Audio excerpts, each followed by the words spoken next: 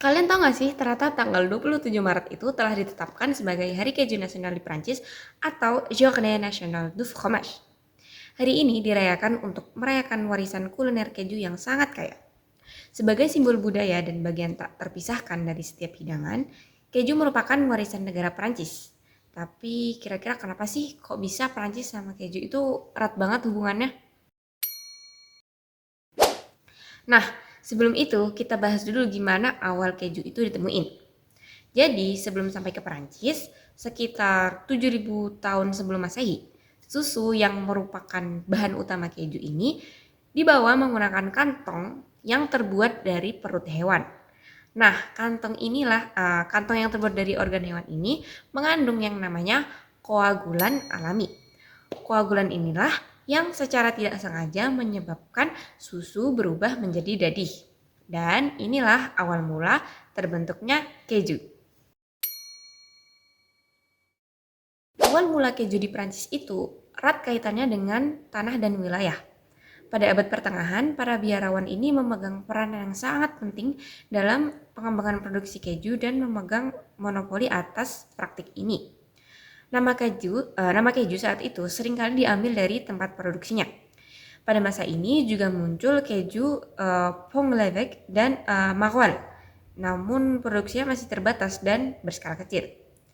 Dengan lanskap yang sangat beragam dari pegunungan, dataran hingga pesisir, Prancis itu memiliki beragam iklim dan tanah. Wilayah dengan iklim lembab seperti Normandia menjamin ketersediaan rumput sepanjang tahun, sehingga susu pun tersedia terus-menerus. Di sana, keju biasanya berupa keju lunak dengan masa pematangan yang cukup singkat. Sebaliknya, di daerah yang lebih dingin, dibuatlah keju berukuran besar seperti Chantal yang bisa disimpan dalam waktu lama. Nah, dengan demikian, setiap wilayah mengembangkan tradisi kejunya masing-masing dan menyesuaikan dengan iklim lokal. Nah, kekayaan keju Prancis pada dasarnya berasal dari keragaman wilayahnya serta adaptasi manusia terhadap lingkungannya. Tapi pernah nggak sih kita kepikiran gimana tahapan pembuatan keju itu?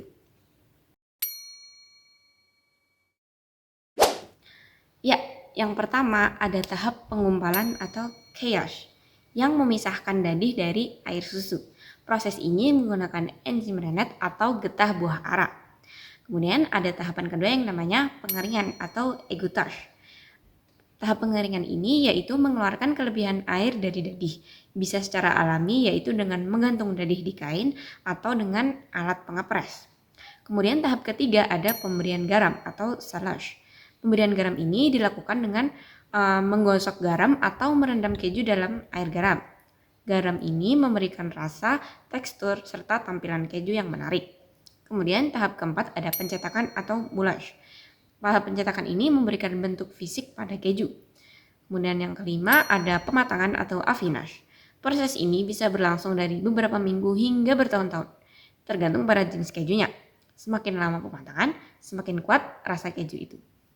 FYI, pada tahun 2015, Centre National Interprofessionnel de l'Économie laitière melaporkan adanya 1.200 jenis keju Prancis. Tak diragukan lagi, Prancis adalah negeri keju. Keluarga keju sendiri dibagi menjadi 6, yaitu yang pertama ada keju segar atau putih, frais ou blanche. Keju-keju ini tidak melalui proses pematangan dan memiliki kadar air tinggi sekitar 77%. Contohnya, faisselle, petit suisse, brousse de Provence, crème d'Anjou, mozzarella, feta, dan rasanya asam, segar, atau dibumbui. Kemudian yang kedua ada keju bertekstur lunak, apat molle.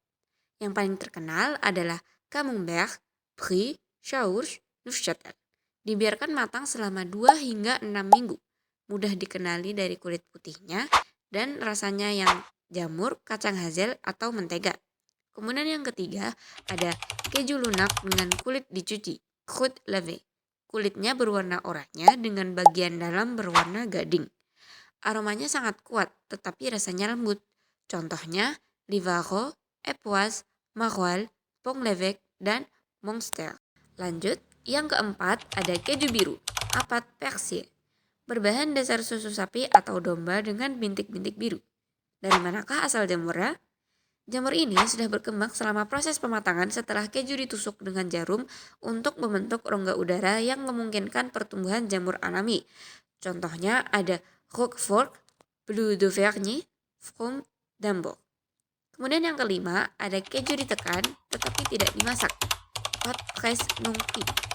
Keju ini tidak dipanaskan lebih dari 50 derajat Celcius. Dibuat di biara dengan susu sapi atau domba. Contohnya, mimolette, Comtal, Dôme de Savoie, raclette, dan reblochon. Dan yang terakhir, ada keju ditekan dan dimasak. Hot press cuit. Keju dengan tekstur sangat keras, mudah dikenali dari lubang-lubang kecil pada bagian dalam dan beraroma buah. Contohnya ada Abondance, Comté, Beaufort, Gruyère, dan Emmental. Kini, keju telah menjadi simbol sejati dari seni hidup à la française. Popularitasnya tak pernah menurun. Dan pada Salon Pertanian 2024, keju Marol dinobatkan sebagai keju favorit orang Prancis.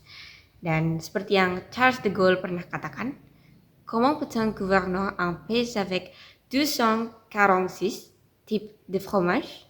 Bagaimana bisa kamu memerintah negara dengan 246 jenis keju? Nah, jadi makin jelas ya kalau keju itu bukan hanya sekedar makanan, tapi juga sebagai identitas bangsa Perancis.